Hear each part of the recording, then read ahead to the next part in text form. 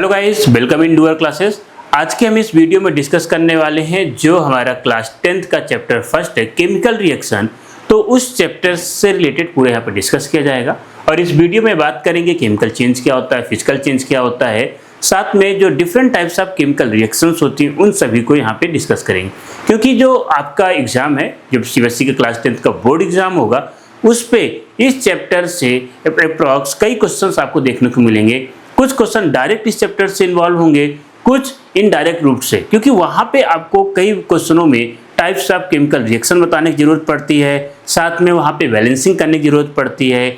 इसके साथ उनके आपके क्या प्रोडक्ट बनेंगे, कैसी कंडीशंस होंगी उनकी, इन सभी के बारे में यहाँ पे डिस्कस किया जाएगा। और साथ में एग्जाम में किस टाइप से क्वेश्चंस आपके आते हैं उनको भी यहाँ पे हम डिटेल में देखेंगे। तो चलिए स्टार्ट करते हैं। यहाँ पे जैसे आप देखिए, सबसे पहले जो मेंशन है कि केमिकल रिएक्शन होता क्या, अर्थात केमिकल चेंज क्या होता है। तो देखिए यहाँ पे आप देख सकते हैं जैसे रस्टिंग ऑफ आयरन, जो लोहे में जंग लगता है वो क्या है। अगर बात की जाए कर्डिंग ऑफ मिल्क, जो दूध का दही बनना, वो भी एक तरीके से क्या चीज़ है, कैसे प्रोसेस होता है, वहाँ पे क्या फिजिकल चेंज है या केमिकल चेंज है। फिर आपका जैसे हम लकड़ी जलाते हैं, कहीं पे वुडन में फायर करते हैं, आग लगाते हैं, तो वो क्या है आखिरकार, फिजिकल चेंज है या केमिकल चेंज। और इसकी वजह से सिरका, बेकिंग सोडा की जो रिएक्शंस कराते हैं वो क्या होता है, उसका प्रोडक्ट क्या होता है। इन सभी जो रिएक्शंस के बारे में यहाँ पे डिटेल में डिस्कस करने वाले हैं। सबसे पहले हम देखते हैं केमिकल चेंज के बारे में कि ये रासायनिक परिवर्तन या केमिकल चेंज है क्या। तो अगर हम बात समझे केमिकल चेंज, अर्थात जब किसी पदार्थ में या किसी मटेरियल, किसी सब्सटेंस में एक स्थायी रूप से परिवर्तन हो जाए, यानी परमानेंट चेंज हो, उसे हम केमिकल चेंज कहते हैं। जिसका सिंपल सा एग्जांपल, अगर आप पेपर को जलाते हैं तो पेपर को जलाने के बाद उसमें एक राख बचती है, उस राख यानी कि जो ऐश है उससे वापस हम पेपर को नहीं बना सकते, अर्थात वो एक तरीके से परमानेंट चेंज को दर्शाता है। इसी प्रकार से अगर हम बात करें दूध का दही में कन्वर्ट होना, तो दूध से दही में कन्वर्ट होना ये भी एक स्थायी परिवर्तन है, वापस हम दही से दूध को प्राप्त नहीं कर सकते हैं। तो केमिकल चेंज क्या है, केमिकल चेंज एक तरीके से हमारा जो परमानेंट चेंज को दिखाता है। जैसे chemical change are occurs chemical reaction permanent change, किसको दर्शाता है, परमानेंट चेंज के बारे में, कि वापस उसको हम प्राप्त नहीं कर सकते हैं। यानी जब कोई भी रासायनिक परिवर्तन होता है, एक रासायनिक अभिक्रिया स्थायी परिवर्तन घटित होती है, अर्थात कंपाउंड परमानेंट रूप से एक नए कंपाउंड में परिवर्तित हो जाता है। तो इसी को हम बोलते हैं रासायनिक परिवर्तन अर्थात केमिकल चेंज। अब केमिकल चेंज का लिखने का एक तरीका होता है, तो उस लिखने के तरीके को हम बोलते हैं, यानी कि हम जो भी उस पर प्रोसेस हो रहा है उस प्रोसेस को केमिकल इक्वेशन अर्थात रासायनिक समीकरण के द्वारा लिखते हैं कि उसके अंदर क्या क्या प्रोसेस हुआ। या सिंबॉलिक रूप से देखिए, एटॉमिक स्ट्रक्चर में चेंज हो रहा होता है, उसके एटॉमिक फार्मूले में चेंज हो रहा होता है, बट उसको नेक्ड आई से देखना तो पॉसिबल है नहीं कि भाई दूध से दही में कन्वर्ट हो रहा है तो उसमें कौन सा प्रोसेस हो रहा है, उसको इजिली हम देख तो पाएंगे नहीं। तो उसके हम ये मान के चलते हैं कि उसके अंदर कोई केमिकल कंपाउंड है, उस केमिकल कंपाउंड यानी उसके सिंबल के रूप में उसको रिप्रेजेंट करना, और वो नेक्स्ट जो कंपाउंड बना है वो कौन सा केमिकल कंपोजिशन रखता है, उनके फॉर्मेट में रिप्रेजेंट करना, लिखना हमारा रासायनिक समीकरण कहलाता है। तो इसके जैसे हम बात करें केमिकल चेंज के उदाहरण, हमारे शरीर में जो भोजन का पाचन, लोहे में जंग लगना, कोयले का जलना, ये डिफरेंट टाइप के जो केमिकल चेंजेस हैं यानी रासायनिक परिवर्तन वहाँ पे देखने को मिलते हैं। तो ये हमारे कुछ उदाहरण रहे। अब इसके बाद जैसे बात करें रासायनिक परिवर्तन में क्या होता है, अर्थात केमिकल चेंज में क्या क्या हैपन होता है। तो केमिकल चेंज देखो, इन केमिकल चेंजेस वन और मोर सब्सटेंसेस चेंज, यानी एक या एक से अधिक पदार्थों में परिवर्तन देखने को मिल सकता है। ये हमारे रासायनिक परिवर्तन में कि भाई वहाँ पे कोई एक कंपाउंड है वो एक में भी परिवर्तित हो सकता है या एक से अधिक में परिवर्तित हो सकता है। जैसे अगर पेपर को जलाते हैं तो पेपर को जलाने से हमें एक ऐश यानी सॉलिड ऐश राख भी मिलती है, साथ में उसमें लाइट का भी प्रोडक्शन होता है, कुछ गैस भी प्रोड्यूस होती हैं। तो इस तरीके से जब भी रासायनिक परिवर्तन होता है उसमें एक से अधिक या एक कंपाउंड भी मिल सकता है। तो रासायनिक परिवर्तन में एक या एक से अधिक पदार्थों के परमाणु में पुनर्व्यवस्थित होकर एक नए पदार्थ यानी उसमें रीस्ट्रक्चरिंग हो जाती है एटम्स की, वहाँ पे एटम्स अलग तरीके से फिर से रीअरेंज होना, वो हमारा केमिकल चेंजेस पे कहलाता है। अब यहाँ पे देखिए जैसे इसका रिजल्ट क्या हुआ, new substances are found with different properties such as change in the colour, gas, precipitate, temperature. यानी नए पदार्थ जिसमें हो सकता है जो हम नया पदार्थ मिला है उसका रंग बदल जाए, उसका प्रेसिपिटेट अवक्षेप बदल जाए, तापमान बदल जाए, डेंसिटी बदल जाए। तो ये डिफरेंट टाइप के वहाँ पे हमें देखने को चेंजेस मिलते हैं। अच्छा, जैसे हम रासायनिक समीकरण के बाद a chemical equation represent a chemical reaction of symbolically, यानी सिंबल के रूप में केमिकल चेंज को, केमिकल रिएक्शन को रिप्रेजेंट किया जाए, वो हमारा क्या केमिकल इक्वेशंस कहलाती है। यानी कि रासायनिक अभिक्रिया को प्रतीकात्मक रूप से रासायनिक समीकरण के रूप में लिखना। तो जो भी रासायनिक परिवर्तन हो रहा है, जो कंपाउंड में बदलाव हो रहा है, उसको सिंबल के रूप में, सिंबल में लिखने का जो मेन बेनिफिट होता है कि उसको हम इजीली उसको याद कर सकते हैं कि कौन सा उसमें चेंजेस हो रहा है, कौन कौन से कंपाउंड उसमें पार्टिसिपेट या कौन कौन से एलिमेंट उसमें पार्टिसिपेट हो रहे हैं, उनको हमें इजीली याद कर सकते हैं। तो चलिए आगे चलते हैं। अब इसके बाद देखिए केमिकल रिएक्शन। तो chemical reaction are process in which new substances with new properties are form. Simple सा हुई कि जब केमिकल रिएक्शन में क्या होगा, दो एक अलग अलग प्रॉपर्टीज वाले कंपाउंड हैं, वो दोनों एक साथ मिलेंगे और एक नए तरीके की प्रॉपर्टीज उसमें मिलेगी। तो इस प्रोसेस में जो रिएक्टेंट यानी पार्टिसिपेट करते हैं, यानी हम बात करें जो कंपाउंड रासायनिक परिवर्तन में हिस्सा लेते हैं वो आपके रिएक्टेंट्स कहलाएंगे, और जो उस रिएक्शन करने के बाद जो हमें मिलता है, प्राप्त होता है, उसको हम प्रोडक्ट कहते हैं। फॉर एग्जांपल यहाँ पे कोई एक कंपाउंड ए है, वो बी के साथ रिएक्शन करता है, तो ए व बी मिलके कुछ सी व डी यानी इन दोनों की कुछ न्यू यानी डिफरेंट प्रॉपर्टीज होगी। डिफरेंट उनका कलर हो सकता है, उनका स्ट्रक्चर्स हो सकता है, उनकी डेंसिटी हो सकती है, इवन उनका स्टेट भी चेंज हो सकता है। अर्थात कलर में परिवर्तन होना, उनकी अवस्था ठोस हो सकता है, द्रव हो सकता है, गैस हो सकता है। तो किसी भी अवस्था में वो आपको मिल सकते हैं। तो एक नए तरीके का हमें सब्सटेंस कंपाउंड मिलेगा। ओके, तो ये चीज है। अच्छा, अगर हम जो कंपाउंड ले रहे हैं, रिएक्शन करा रहे हैं, वो सॉलिड भी हो सकता है, लिक्विड भी हो सकता है, गैसियस भी हो सकता है। यही सेम आपके जो प्रोडक्ट होंगे वो लिक्विड भी मिल सकते हैं, सॉलिड भी मिल सकते हैं और गैसियस भी मिल सकते हैं। उनमें से कलर भी चेंज हो सकता है और सेम भी स्टेट या कलर हो सकता है। ओके, तो अच्छा, during a chemical reaction atoms of one element do not change into those of another element. ये मोस्ट इंपॉर्टेंट याद रखिएगा, क्योंकि जब भी कोई भी केमिकल रिएक्शन होती है, उस केमिकल रिएक्शन में केवल और केवल जो एलिमेंट पार्टिसिपेट करते हैं उनका रीअरेंज होता है, यानी डिफरेंट कंपाउंड डिफरेंट एलिमेंट के साथ वो फिर से रीअरेंज होकर एक नया कंपाउंड बनाते हैं। बट उनके जो स्ट्रक्चर्स है, एटम के स्ट्रक्चर में कोई चेंजेस नहीं होता। अगर वो हाइड्रोजन है तो वो हाइड्रोजन ही रहेगा, वो हाइड्रोजन हीलियम नहीं होगा। ऑक्सीजन पार्टिसिपेट कर रहा है तो ऑक्सीजन ही होगा, उसके कोई नया कंपाउंड या नया एलिमेंट का फॉर्मेशन नहीं होगा। इस चीज़ के अगर कहीं भी नया एलिमेंट बनता है तो वो केमिकल चेंज ना होके न्यूक्लियर चेंज में आ जाता है। ये चीज़ याद रखिएगा। तो यहाँ पे लिखा है कि during a chemical reaction atoms of one element do not change into those of another element, only rearrangement of atoms take place in the chemical reaction.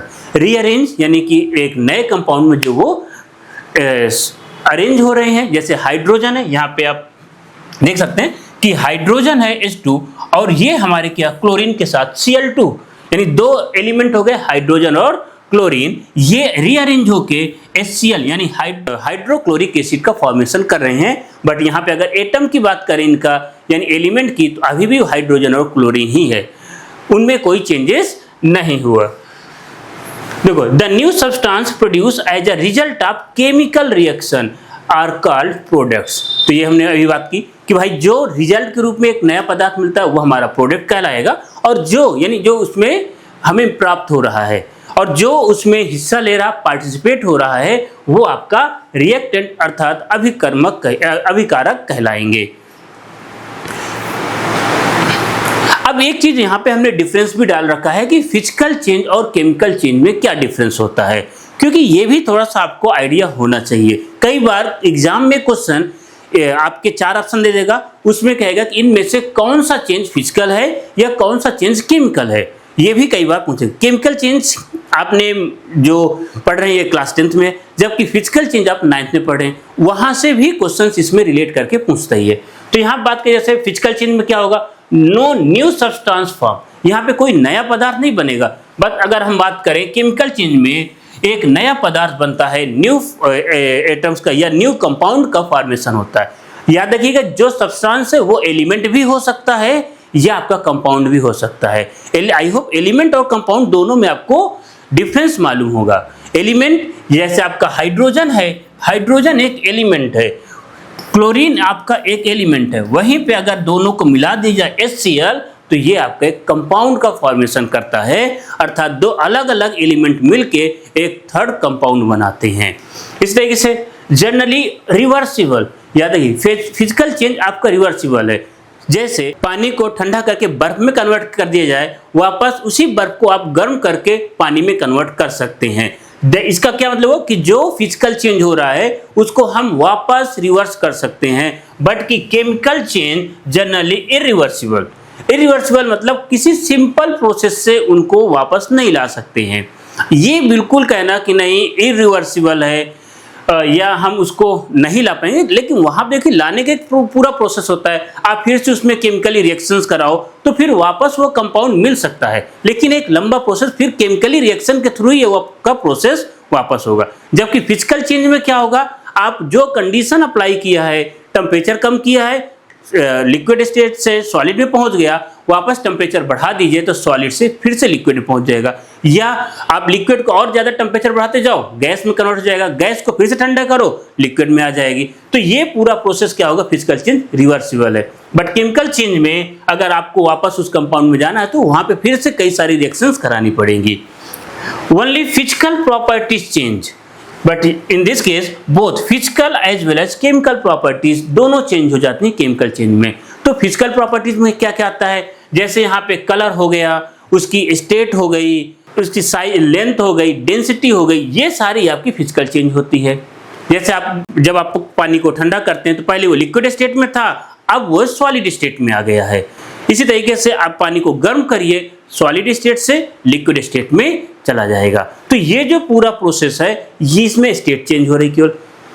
वहीं पे अगर बात करें उसकी जो डेंसिटी की, तो पानी की जो डेंसिटी है, लिक्विड स्टेट में वाटर है, तो जैसे जैसे हम उसके टेम्परेचर को कम करेंगे तो उसका जो वॉल्यूम है वो कम होता चला जाएगा, और वॉल्यूम कम होने से उसकी डेंसिटी बढ़ती जाएगी। लेकिन जैसे ही वो 4 डिग्री सेल्सियस से नीचे टेम्परेचर जाता है तो वापस उसकी जो वॉल्यूम है वो बढ़ना स्टार्ट कर देता है और उसकी डेंसिटी कम होती है। यानी डेंसिटी में चेंज होना ये भी आपका फिजिकल चेंज हुआ। इस तरीके से बात करें जो केमिकल चेंज है, आप उसी पानी को या उसी वाटर में आप क्या डालो, कैल्शियम डाल दो या चूना डाल दो, तो ये पानी में पड़ते उसके साथ एक नया कंपाउंड बनाते हैं, और वही रिएक्शन करके जो पहले कैल्शियम अगर उसमें डालेंगे वाटर में तो वो कैल्शियम हाइड्रोक्साइड का फॉर्मेशन कर लेगा, तो नया कंपाउंड बन रहा है, पूरी तरीके से उसकी अलग प्रॉपर्टीज होंगी। देखो example, melting of ice, boiling of water, cutting of paper, ये सब किसके एग्जांपल्स हैं, आपके फिजिकल चेंज के। वहीं पे अगर बात करें इसकी, rusting of iron, burning of food, curdling of milk, ये आपके केमिकल चेंज के कुछ एग्जांपल्स हैं। तो ये थोड़ा सा आप चीजें आई होप समझ गए होंगे बेटा। आगे बात करें देखो जो केमिकल चेंज होते हैं उनमें क्या क्या प्रॉपर्टीज होती है, क्या क्या वहां पे आपकी उनमें विशेषताएं देखने को मिलती हैं। तो हम यहाँ पे बात कर रहे हैं केमिकल चेंज की विशेषताएं, यानी प्रॉपर्टीज ऑफ केमिकल चेंज। तो जैसे एक न्यू सब्सटेंस का फॉर्मेशन होता है विथ न्यू प्रॉपर्टीज, नया कंपाउंड है, नई प्रॉपर्टीज के साथ है, नया स्ट्रक्चर है, नया कलर हो सकता है, उसकी स्टेट हो सकती है, नए गुणों वाला नया पदार्थ होता है। इट इज यूजुअली इरिवर्सिबल, यह समान अपरिवर्तनीय है, यानी जिसको हम वापस नहीं पा सकते हैं। Change in colour, odour and temperature और state of in many colours, यानी कई सारी प्रॉपर्टीज में एक साथ चेंजेस देखने को मिल सकता है आपको केमिकल चेंज में। वहीं पे एनर्जी इज यूजुअली एब्जॉर्ब और रिलीज, कई बार केमिकल रिएक्शन में दो टाइप्स होता है, एनर्जी भी रिलीज भी हो सकती है और उस प्रोसेस को कराने के लिए आपको एनर्जी भी देना पड़ सकता है, अर्थात वहां पे दोनों प्रोसेस हमें देखने को मिल सकता है। एनर्जी रिलीज भी हो सकती है जो एक्सोथर्मिक प्रोसेस हो जाएगा, एनर्जी उसको देना पड़ेगा, इंडोथर्मिक प्रोसेस कहलाएगा। अब बात करते हैं टाइप्स ऑफ केमिकल रिएक्शन की, कि कितने टाइप के हमारे केमिकल रिएक्शन होते हैं, अर्थात जो रासायनिक अभिक्रियाओं के प्रकार। तो इन जनरल हमारे जो क्लास 10th में केमिकल रिएक्शन के टाइप्स हैं वो आपके 4 टाइप में कॉम्बिनेशन रिएक्शन यानी कि संयोजन अभिक्रिया, डिकम्पोजिशन रिएक्शन, विघटन अभिक्रिया, डिस्प्लेसमेंट रिएक्शन, विस्थापन अभिक्रिया, डबल डिस्प्लेसमेंट, द्विविस्थापन। तो ये एनसीईआरटी में दोनों को एक साथ मिक्स जोड़ दिया है, displacement and double displacement reaction, ये दोनों को एक ही साथ किया, बट हम यहाँ पे इनमें थोड़ा सा डिफरेंस होता है, इसलिए इनको दो हमने अलग अलग पार्ट में रख लिया। इसके साथ भी हमारी ऑक्सीडेशन एंड रिडक्शन, ऑक्सीकरण और अपचयन अभिक्रिया, जिसको हम रेडॉक्स रिएक्शन भी कहते हैं। तो ये मेनली हमारी जो 4 टाइप की केमिकल रिएक्शंस हैं, इनको अब यहाँ पे देखते हैं, क्योंकि इन्हीं से बार बार क्वेश्चन टाइप्स ऑफ रिएक्शन पूछेगा, किस टाइप ऑफ का रिएक्शन वहाँ पे हो रहा है, कैसे क्या वहाँ पे प्रोसेस चल रहा है। तो चलिए सबसे पहले हम बात करते हैं कॉम्बिनेशन रिएक्शन की। तो सबसे पहले अब हम कॉम्बिनेशन रिएक्शन के बारे में जानते हैं कि कॉम्बिनेशन रिएक्शन एक्चुअल है कौन सी। तो कॉम्बिनेशन रिएक्शन अर्थात संयोजन अभिक्रिया, ये संयोजन अभिक्रिया कौन सी है, यानी दोज रिएक्शन इन विच 2 और मोर, 2 या 2 से अधिक substances combine to form a single substance, यानी 2 या 2 से अधिक एलिमेंट हो सकते हैं या सब्सटेंस होके उनके साथ रिएक्शन करके जुड़ते हैं, वह क्या जिनमें 2 या 2 से अधिक पदार्थ मिलकर एक ही पदार्थ बनाते हैं, संयोजन अभिक्रिया कहलाती है। अब ये क्या हो सकता है, जो यहाँ पे 2 या 2 से अधिक पदार्थ हैं, अर्थात ये आपकी कॉम्बिनेशन रिएक्शन में कौन से एलिमेंट्स भी हो सकते हैं, 2 या 2 से अधिक एलिमेंट्स अर्थात तत्व मिलकर यौगिक बना सकते हैं, या 2 यौगिक मिलके एक नया यौगिक बना सकते हैं, 2 या 2 से अधिक कंपाउंड मिलके एक तीसरा कंपाउंड बना दें, या आपका ये भी पॉसिबिलिटीज है कि एलिमेंट और कंपाउंड दोनों मिलके कोई एक नया कंपाउंड बनाते हैं, अर्थात यौगिक और कंपाउंड दोनों आपके मिलकर आपके एक नया यौगिक का अर्थात एक नए कंपाउंड का उत्पादन करते हैं। अब एक चीज याद रखिएगा, यहाँ पे हमने वर्ड यूज किया एलिमेंट और कंपाउंड, तो जस्ट इसके पहले हमने बात की एलिमेंट और कंपाउंड क्या है। एलिमेंट यानी जैसे हाइड्रोजन है वो एलिमेंट था, और HCl हमारा कंपाउंड अर्थात यौगिक, ये इसके पहले भी हमने बात कर ली थी इनके बारे में। तो यहाँ पे इस चीज को ध्यान रखिएगा, एलिमेंट भी हो सकता है और कंपाउंड भी हो सकता है रिएक्शन में। आगे चलें, अब इसके बाद देखिए बात करते हैं सम इंपॉर्टेंट कॉम्बिनेशन रिएक्शंस, जो ये सभी कॉम्बिनेशन रिएक्शन आपके एग्जाम के बेसिस से बहुत ज़्यादा इंपॉर्टेंट हैं। यहाँ पे जितने भी हम रिएक्शंस बात कर रहे हैं, ये आपके सभी जो इसके पहले प्रीवियस ईयर क्वेश्चन सीबीएसई ने पूछ चुका है, उन्हीं रिएक्शंस को यहाँ पे हमने लिया है एज एग्जाम्पल। ठीक है, तो पहली बात करते हैं मैग्नीशियम ऑक्सीजन कंबाइन करना, यानी जो मैग्नीशियम ऑक्सीजन कंबाइन करके क्या मैग्नीशियम ऑक्साइड का फॉर्मेशन कर रहे हैं। यहाँ आप देख सकते हैं हमने 2 कंपाउंड मैग्नीशियम लिया और ऑक्सीजन, ये दोनों मिलके क्या मैग्नीशियम ऑक्साइड MgO का फॉर्मेशन कर रहा है, अर्थात 2 एलिमेंट हैं। यह ध्यान रखिए, ये भी हमारा magnesium is 1 element and oxygen is another element, 2 element मिलके क्या बना रहे हैं, कंपाउंड अर्थात यौगिक का फॉर्मेशन कर रहे हैं। तो इस चीज को जरूर ध्यान दीजिए, 2 एलिमेंट मिलके यौगिक का निर्माण कर रहे हैं। ये आपकी जो समझाने के लिए एग्जाम में ये रिएक्शन आपको लिखना है, ऐसे डायग्राम नहीं बनाना। तो ये मोस्ट इंपॉर्टेंट रिएक्शन है मैग्नीशियम का।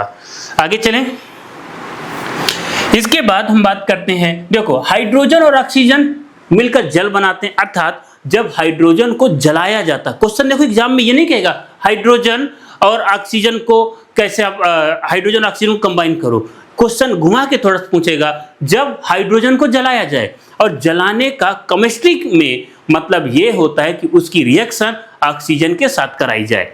जब भी हम जलाने की बात करेंगे अर्थात ऑक्सीजन के साथ किसी चीज की रिएक्शन कराई जा रही है, यहाँ पे हाइड्रोजन है और इसकी रिएक्शन किसके साथ, ऑक्सीजन के साथ, तो ये कंबाइन होंगे और कंबाइन होने से एनर्जी भी प्रोड्यूस होती है। क्या हमें मिलेगी, एनर्जी, और इसी का यूज करके आपने आई थिंक कभी न्यूज में सुना होगा हाइड्रोजन फ्यूल। तो यही पे हाइड्रोजन प्रोड्यूस करके नेचर से ऑक्सीजन लेके हम एक क्या बनाएंगे, वाटर, और इस प्रोसेस से हमें अलॉट ऑफ एनर्जी हमें मिलती है, तो जिससे हमारे व्हीकल्स या अगर ये आगे चल के हो सकता है कि आपका हाइड्रोजन एज अ फ्यूल हमारे डोमेस्टिक या डेली लाइफ में यूज होने लगे। अभी ये तो रिसर्च का पार्ट है। आगे चलें, फिर इसके बाद बात करते हैं कार्बन अर्थात कोल को जब बर्न किया जाता है किसके, एयर के प्रेजेंस में, अर्थात यहां भी देखो जलाया गया, और एयर मतलब ऑक्सीजन, नॉट अदर गैसेस। तो ऑक्सीजन कार्बन के साथ रिएक्शन करके ऑक्सीजन क्या बनाएगा, कार्बन डाइऑक्साइड बनाएगा। कॉम्बिनेशन, दो एलिमेंट मिलके कंबाइन हुआ, थर्ड हमें कंपाउंड मिला। नेक्स्ट रिएक्शन है हाइड्रोजन क्लोरीन के साथ मिलकर हाइड्रोजन क्लोराइड बनाता है, यानी HCl, हाइड्रोजन के दो मॉलिक्यूल क्लोरीन के दो मॉलिक्यूल जुड़ के एक सिंगल कंपाउंड बना लिया। ये कौन सी, combination reaction. Next, sodium metal को किसके साथ, burn in the chlorine to form sodium chloride. देखो यहाँ पे क्लोरीन के साथ इसको हीट किया जा रहा है, सोडियम को और क्लोराइड को यानी क्लोरीन गैस को, इन दोनों को हीट किया गया और इन दोनों से हमें क्या मिला, सोडियम क्लोराइड का फॉर्मेशन हो रहा है। तो ये देखो दो एलिमेंट जुड़े और एक हमें थर्ड एलिमेंट का या थर्ड कंपाउंड का एक नया सब्सटेंस है जो एक हमें फॉर्मेशन में मिल रहा है। आगे चलें, यहाँ पे है कैल्शियम ऑक्साइड और क्विकलाइम। देखो ये अब क्या हुआ, अभी तक हमारी इसके पीछे एलिमेंट की रिएक्शन थी, अब हमने क्या ले लिया, कंपाउंड का, और कंपाउंड का रिएक्शन कंपाउंड के साथ। कैल्शियम ऑक्साइड दो एलिमेंट है, कंपाउंड हुआ, वाटर दो एलिमेंट है, कंपाउंड हुआ। तो दो कंपाउंड मिलके आपको एक थर्ड कंपाउंड कैल्शियम हाइड्रोक्साइड जो बिना, जिसका फार्मूला CaOH का होल ट्वाइस है, ये क्या बना, कैल्शियम हाइड्रोक्साइड का फार्मूला बना। तो यहाँ भी, और इस प्रोसेस में बहुत ज़्यादा हमें हीट प्रोड्यूस होती है। अगर आप इसको ऐसे माने कि अगर आई थिंक इसको डेली लाइफ में चूना कहते हैं या क्विकलाइम, चूने को जब पानी में डालते हैं तो जैसे चूने को पानी में डालेंगे तो इससे अलॉट ऑफ एनर्जी हीट बाहर निकलती है, ऐसा लगता है कि वाटर को बॉयल किया जा रहा है, इतनी ज़्यादा इससे excessive amount of heat produce होती है। आगे चलें, आगे नेक्स्ट है डीकम्पोजिशन रिएक्शन। अब डीकम्पोजिशन रिएक्शन का क्या मतलब होता है उसके बारे में जानते हैं। तो डीकम्पोजिशन रिएक्शन, देखो those reaction in which compounds splits, यानी कंपाउंड टूट जाए, एक कंपाउंड है या एक से अधिक कंपाउंड भी टूट सकते हैं। एक कंपाउंड जब दो या दो से अधिक में टूट जाए उसको बोलेंगे डीकम्पोजिशन। कॉम्बिनेशन का जस्ट अपोजिट, कॉम्बिनेशन में जुड़ रहे हैं दो कंपाउंड या दो एलिमेंट, डीकम्पोजिशन में एक कंपाउंड दो या दो से अधिक में टूट रहा है, ये डीकम्पोजिशन रिएक्शन हो जाएगी। Those reaction in which compound split up to the two or more simpler substances are known as decomposition, यानी वे अभिक्रियाएं जिनमें एक यौगिक टूटकर दो या दो से अधिक सरल पदार्थों में विभाजित हो जाता है, अपघटन अभिक्रिया, डीकम्पोजिशन अपघटन अभिक्रियाएं कहलाती हैं। अपघटन अभिक्रियाएं ऊष्मा, प्रकाश या विद्युत की सहायता से कराई जाती है। डीकम्पोजिशन, क्योंकि तो कोई भी एलिमेंट नेचर में है वो अपने आप टूटे बहुत कम पॉसिबिलिटीज होती है, उसको तोड़ने के लिए हमें कहीं ना कहीं किसी और माध्यम से उसको एनर्जी हीट देने की जरूरत पड़ेगी। तो यही आप एनर्जी दे सकते हैं, लाइट से, light energy, heat energy, electricity, कोई भी मेथड से वहां पे एनर्जी देके उनको ब्रेक डाउन करेंगे। तो single compound can be break या split into more than two element, two or more than two elements. तो अब इसकी देखो क्या properties, the reaction in which single substance decomposition to give two or more substance, एक हमारा जो reactant है दो या दो से अधिक प्रोडक्ट में डिवाइड हो जाएगा। आगे चलें, अब देखो यहाँ पे इंपॉर्टेंट डीकम्पोजिशन रिएक्शन, क्योंकि ये भी एग्जाम के पॉइंट ऑफ व्यू से थोड़ा सा काफी अहमियत रखता है। कई सारी क्वेश्चंस आपको, अगर ये रिएक्शंस पढ़े रहोगे तो एग्जाम में आपको पहचानने में कोई मिस्टेक नहीं होगी। और या तो दो टाइप से क्वेश्चन पूछता है, या तो आपको केमिकल रिएक्शन दे देगा, देन पूछेगा कि आप इसकी टाइप्स ऑफ रिएक्शन बताइए कि किस टाइप की रिएक्शन है। अनदर इज आपको वहां पे केमिकल लिखने के लिए केमिकल फार्मूला भी दे सकता है कि what happen when calcium carbonate heated. तो दो तरीके से आपको घुमा के क्वेश्चन पूछ सकता है। तो हर टाइप का, तो केमिकल रिएक्शन वही है बट क्वेश्चन पूछने का तरीका, क्योंकि साथ में आपको उसकी जो एनवायरमेंटल कंडीशन है वो भी पता होना चाहिए। तो calcium carbonate heated, it decompose to give calcium oxide to carbon dioxide. Calcium carbonate को जैसे हम हीट करेंगे तो वो ब्रेक डाउन होगा और calcium oxide plus carbon dioxide का प्रोडक्शन करेगा। यानी सिंगल कंपाउंड ब्रेक हुआ, कैल्शियम ऑक्साइड यानी लाइम और कार्बन डाइऑक्साइड में टूटा, एक कंपाउंड दो में ब्रेक डाउन हुआ, डिकम्पोजिशन रिएक्शन, अपघटन अपक्रिया कहलाई। Next, when ferrous sulfate is heated strongly it decomposes to form ferric oxide। हम किसको हीट कर रहे हैं? फेरस सल्फेट को। किसमें टूट रहा है? फेरिक ऑक्साइड, सल्फर डाइऑक्साइड में ब्रेक डाउन हो रहा है। एक single compound can be more than 2 elements. तो यहाँ पे फेरस सल्फेट का फार्मूला FeSO4, ये याद रखिएगा। अच्छा, साथ में ये भी याद रखिए, ये ग्रीन कलर का होता है फेरस सल्फेट। कलर भी आप लोगों के लिए बहुत सारे कुछ कलर्स हैं जो CBSE बार बार रिपीट करके पूछता है, because of some chemical reactions can be identified. आपको वहां पे रासायनिक अभिक्रियाओं को पहचानना भी पड़ता है। उस केस में आपको उनके कलर, उनके दूसरे में एसिड के साथ, बेस के साथ रिएक्शन में कुछ स्पेसिफिक अगर प्रोडक्ट मिलता है तो वो भी आपको ध्यान रखना है। जैसे कार्बोनेट एसिड के साथ रिएक्शन करके कार्बन डाइऑक्साइड भी प्रोड्यूस करते हैं और वाटर भी देते हैं। तो ये कुछ कंपोजिशन होते हैं कि जो प्रोडक्ट होते हैं, प्रोडक्ट को भी क्वेश्चन के रूप में पूछ सकता है कि ये प्रोडक्ट किस अभिक्रिया के तहत आपको प्रोड्यूस होगा। तो यहाँ पे देखिए फेरस सल्फेट जो ग्रीन कलर का है, जैसे हमने इसको हीट किया, एनर्जी दिया, डिकम्पोजिशन हुआ, और किसमें? फेरिक ऑक्साइड जो ब्राउन कलर का कंपाउंड है। साथ में सल्फर डाइऑक्साइड गैस और सल्फर ट्राइऑक्साइड गैस भी प्रोड्यूस हो रही है। 3 कंपाउंड्स आर आल्सो, हमें 3 कंपाउंड वहां से मिल रहे हैं। That means this is the decomposition reaction, अपघटन अपक्रिया कहलाएगी।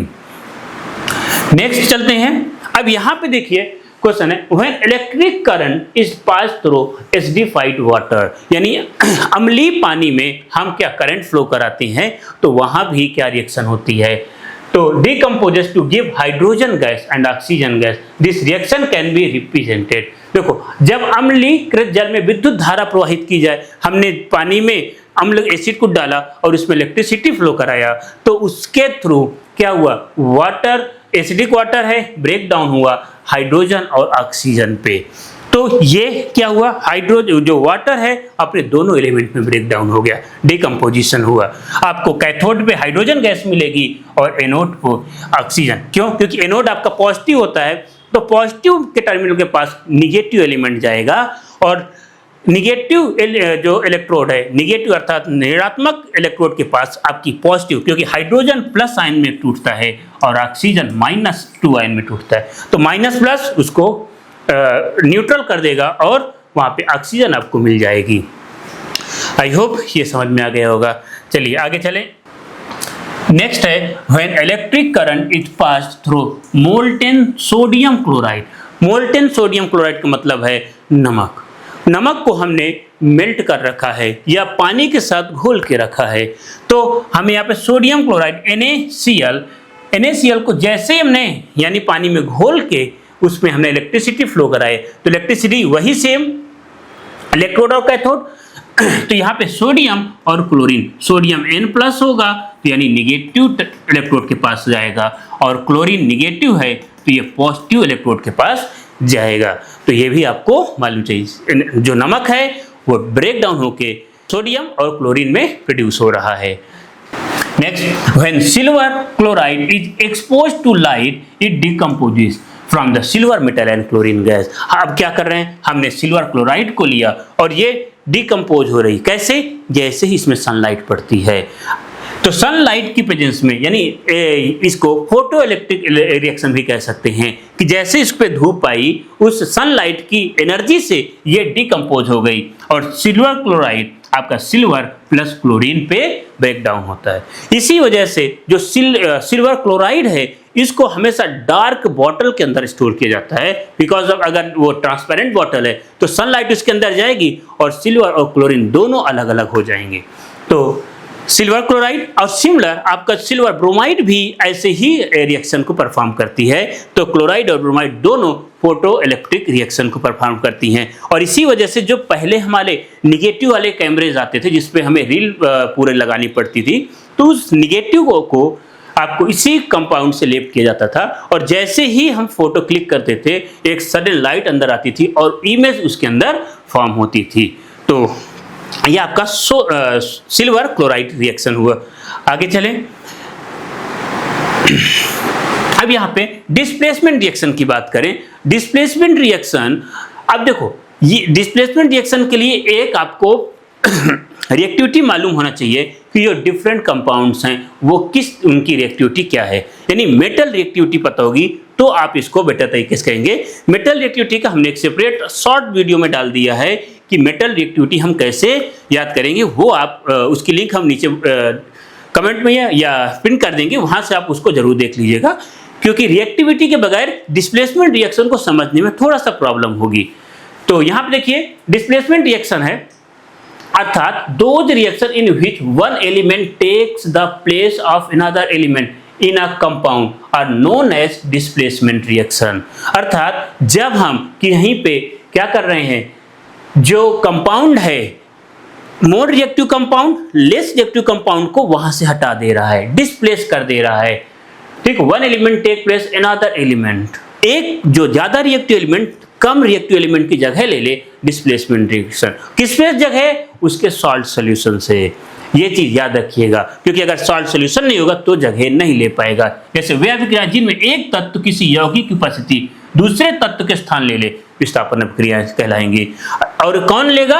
अधिक अभिक्रियाशील तत्व, जिसकी रिएक्टिविटी ज्यादा होगी वही लेस रिएक्टिव एलिमेंट की प्लेस में आ जाएगा। तो यहाँ पे जैसे मान लेते हैं कोई मोर रिएक्टिव एलिमेंट ए, हमने कंपाउंड डाला BC, तो जैसे ही A यहाँ पे जाएगा तो जो A B को रिप्लेस किया और AC नया कंपाउंड बना और आपका लेस रिएक्टिव कंपाउंड फ्री हो गया। तो चलिए अब इसके कुछ एग्जांपल्स देखते हैं। जैसे यहाँ पे पहला एग्जांपल है, when strip of zinc metal is placed in copper sulphate solution then the zinc sulphate solution and copper and obtain.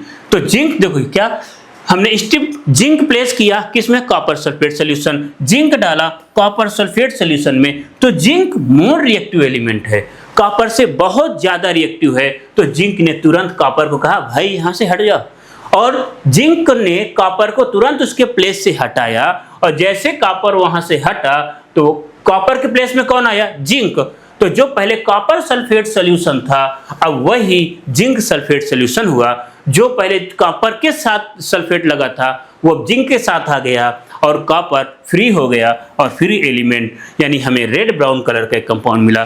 पहले हमारा ब्लू सॉल्यूशन था, अब हमारा कलरलेस सॉल्यूशन हो गया। Displacement reaction also change the solution, यानी villain का हमारे कलर को, रंग को भी बदल दे रहा है।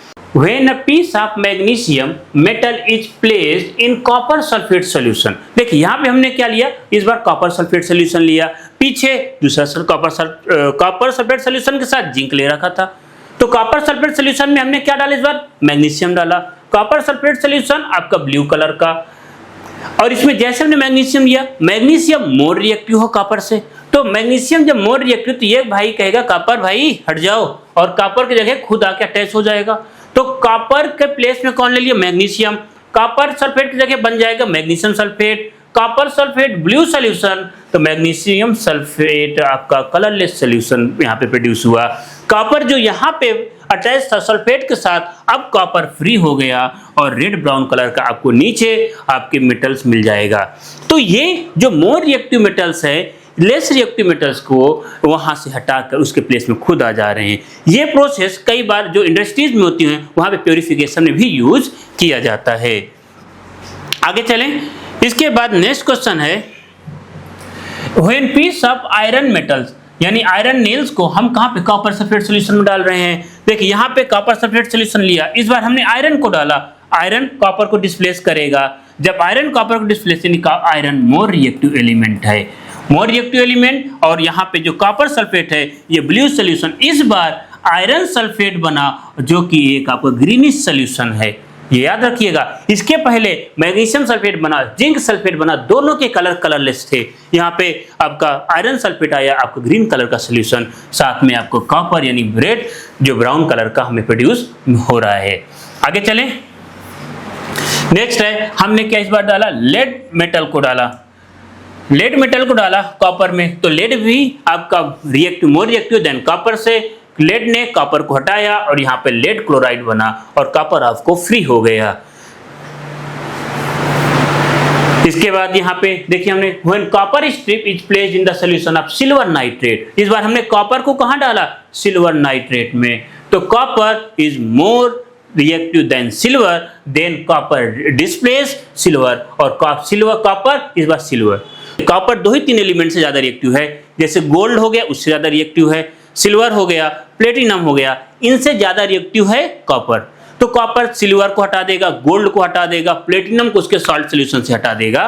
तो यही यहाँ पे जो सिल्वर नाइट्रेट था ये कलरलेस सोल्यूशन है, कॉपर उसके साथ गया और कॉपर ने कॉपर नाइट्रेट बनाया जो ब्लू सोल्यूशन का यहाँ पे फॉर्मेशन किया, और साथ में आपका सिल्वर यानी ग्रेइश व्हाइट कलर में प्रोड्यूस हुआ।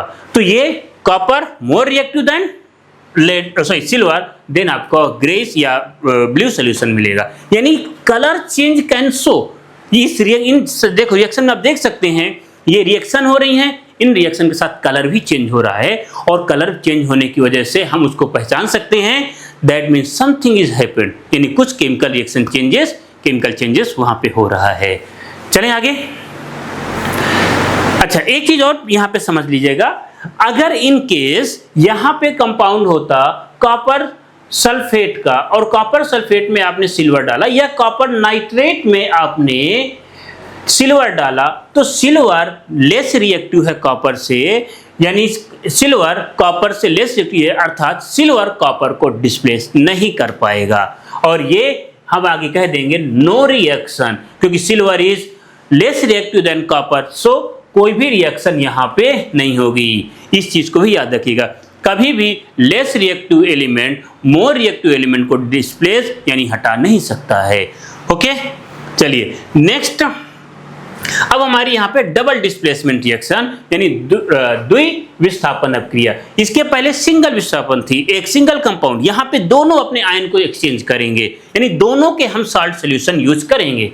Those reaction in which two compounds react by exchange of ions to form two new compounds are called double displacement reaction. A double displacement reaction usually occurs in solution and one of the product is insoluble precipitate. यानी उनमें से दोनों के solution use करेंगे, एक आपका precipitate अर्थात नीचे अवक्षेप के रूप में मिलेगा, वहीं पे एक विलयन के रूप में उपस्थित रहेगा, विलयन में दूसरा नीचे सॉलिड के फॉर्म में नीचे मिल जाएगा। यानी वे अभिक्रियाएं जिनमें 2 यौगिक आयनों के आदान प्रदान द्वारा, यानी 2 यौगिक अपने आयनों का आदान प्रदान कर रहे हैं, अपक्रिया करके 2 नए यौगिक बनाते, द्विविस्थापन अपक्रिया कहलाती है। जैसे यहाँ पे पहला कंपाउंड AB, दूसरा कंपाउंड CD, तो A और CD, देखो A यानी जो पॉजिटिव वाले को ध्यान देंगे, तो A C को डिस्प्लेस किया, यहाँ पे AD और C भी 2 नए कंपाउंड्स बने। तो चलिए इनके भी कुछ एग्जांपल्स देखते हैं। यहाँ देखिए, when silver nitrate solution is added to sodium chloride solution, यानी हमने सिल्वर नाइट्रेट में sodium chloride, sodium more reactive है किससे, सिल्वर से, तो सोडियम ने सिल्वर को डिस्प्लेस किया, उसके जगह से हटाया, तो यहाँ पे सिल्वर क्लोराइड और साथ में सोडियम नाइट्रेट बना। तो यानी देखो सोडियम मोर रिएक्टिव बहुत ही ज्यादा, एक चीज याद रखिए, सोडियम इतना ज्यादा रिएक्टिव है कि ये अगर आप इसको हाथ पे या एयर पे छोड़ दिए तो तुरंत ये रिएक्शन करना शुरू कर देता है। ये मान के चलिए जो आपकी जैसे लिथियम, सोडियम, ये जस्ट मोस्ट रिएक्टिव एलिमेंट है, क्योंकि ये एल्काइली मेटल्स होते हैं, ये फर्स्ट टेबल वाले काफी ज्यादा रिएक्टिव, इसलिए इनको स्टोर करने के लिए हम केरोसिन का यूज करते हैं कि एटमॉस्फेरिक एयर इनके साथ कांटेक्ट में ना आए, क्योंकि जैसे कांटेक्ट में आएगी तुरंत रिएक्शन कर देते हैं। तो इसी वजह से सोडियम ने तुरंत सिल्वर को डिस्प्लेस किया और सिल्वर की जगह आ गया सिल्वर नाइट्रेट की जगह अब सोडियम नाइट्रेट बना, और साथ में सिल्वर यानी सिल्वर क्लोराइड, ये सिल्वर नाइट्रेट, सोडियम क्लोराइड, और यहाँ पे व्हाइट पीपीटी किसका, सिल्वर क्लोराइड का बना, और सोडियम नाइट्रेट आपको विलेन के फॉर्म में मिला। Next example, when barium chloride solution is added to sodium sulfate solution, क्या हम बेरियम सल्फेट सॉल्यूशन को सोडियम सल्फेट सॉल्यूशन में ऐड कर रहे हैं, barium chloride sodium sulphate solution में, again sodium is more reactive than barium, sodium तुरंत कहेगा बेरियम भाई हट जा यहाँ से,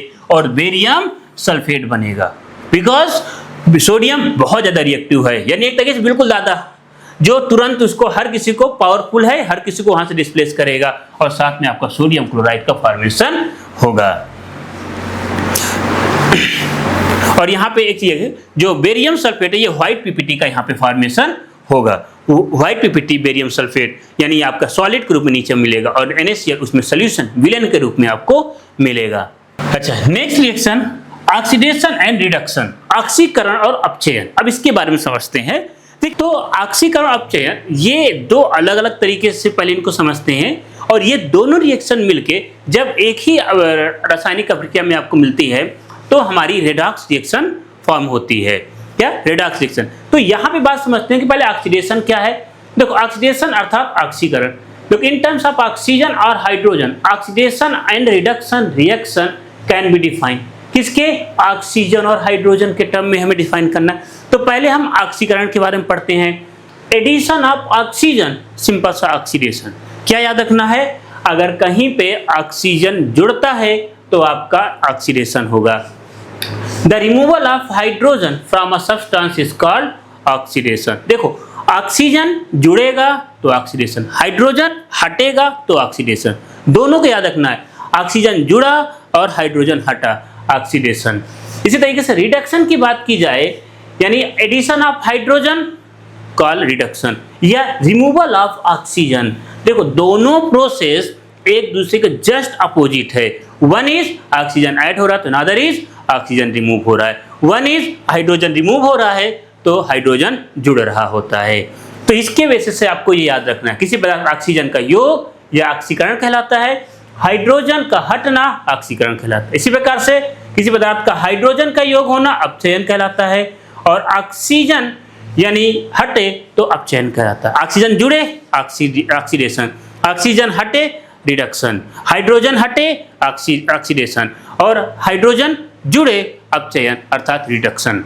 तो ये आपको याद रखना है। यहाँ पे देख सकते हैं, ऑक्सीजन अगर जुड़ रहा है तो ऑक्सीडेशन अर्थात ऑक्सीकरण, और रिडक्शन यानी जस्ट उसके अपोजिट हो रहा है।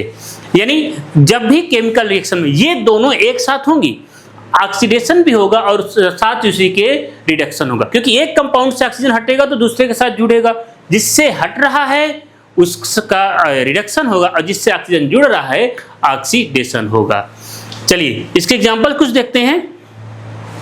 तो यहाँ पे देखिए, जैसे अच्छा और आगे देखो, the process of reduction is just the opposite oxidation, moreover oxidation reduction occur together, दोनों एक साथ होती हैं।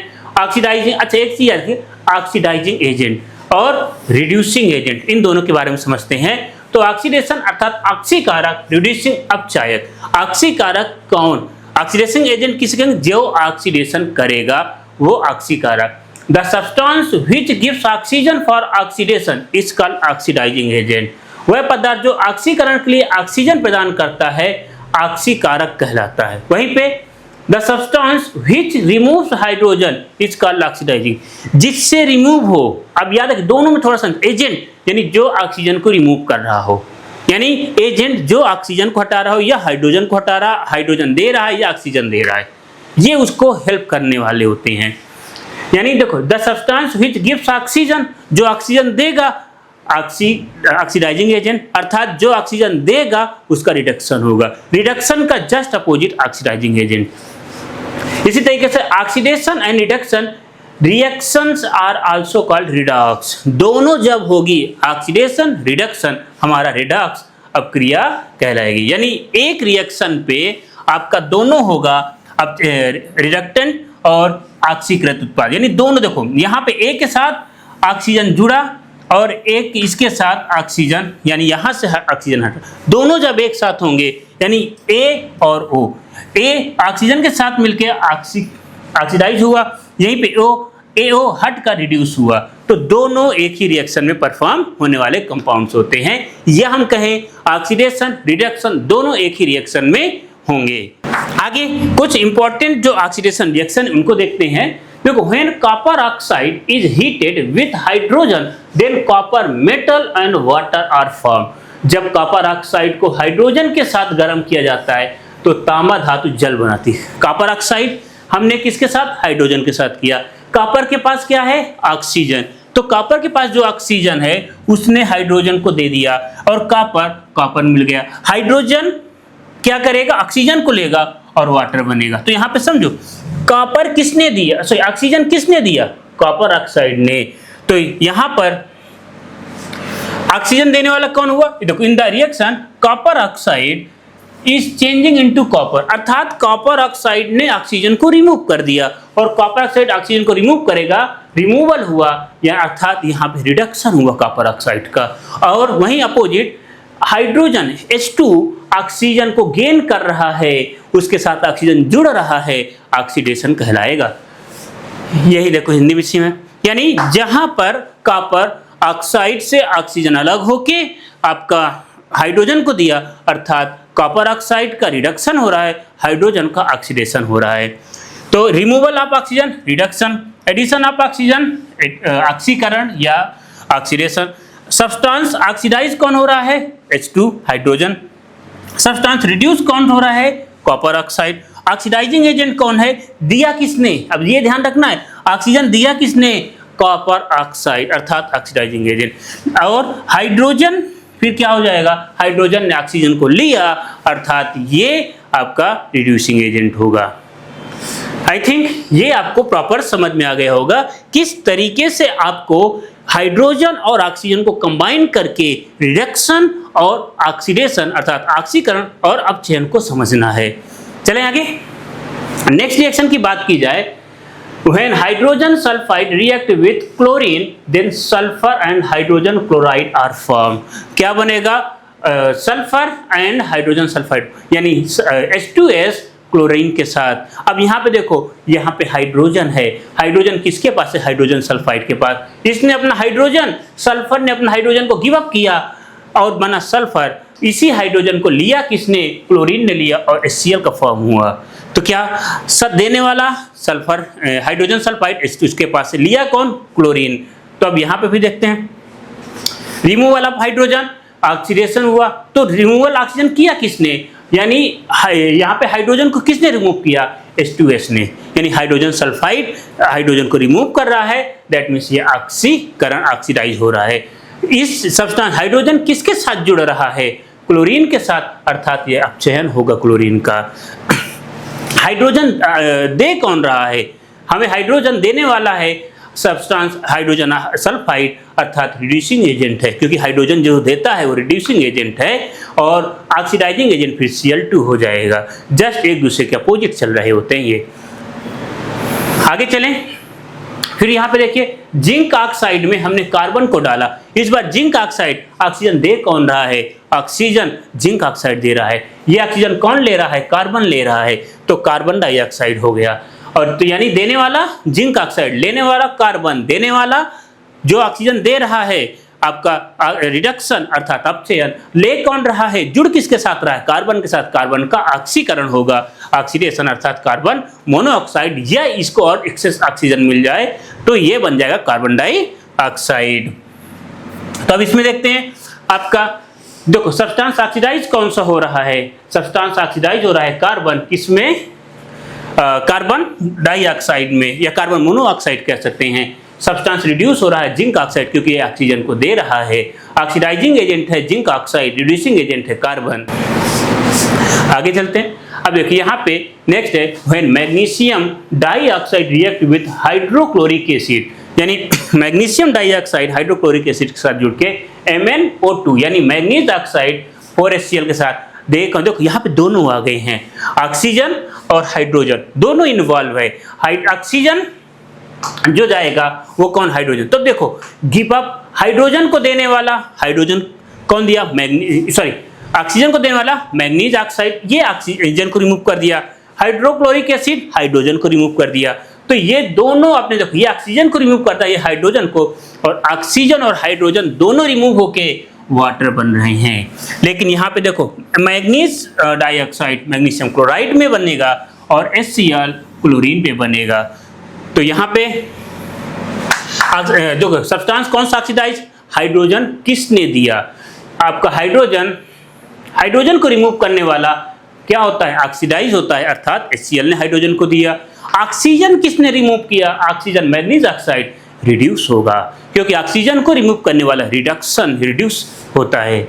ऑक्सीडाइजिंग एजेंट MnO2 और रिड्यूसिंग एजेंट HCl, यानी जो ऑक्सीडाइज होगा वो रिड्यूसिंग एजेंट, जो रिड्यूस होगा वो ऑक्सीडाइजिंग एजेंट कहलाता है।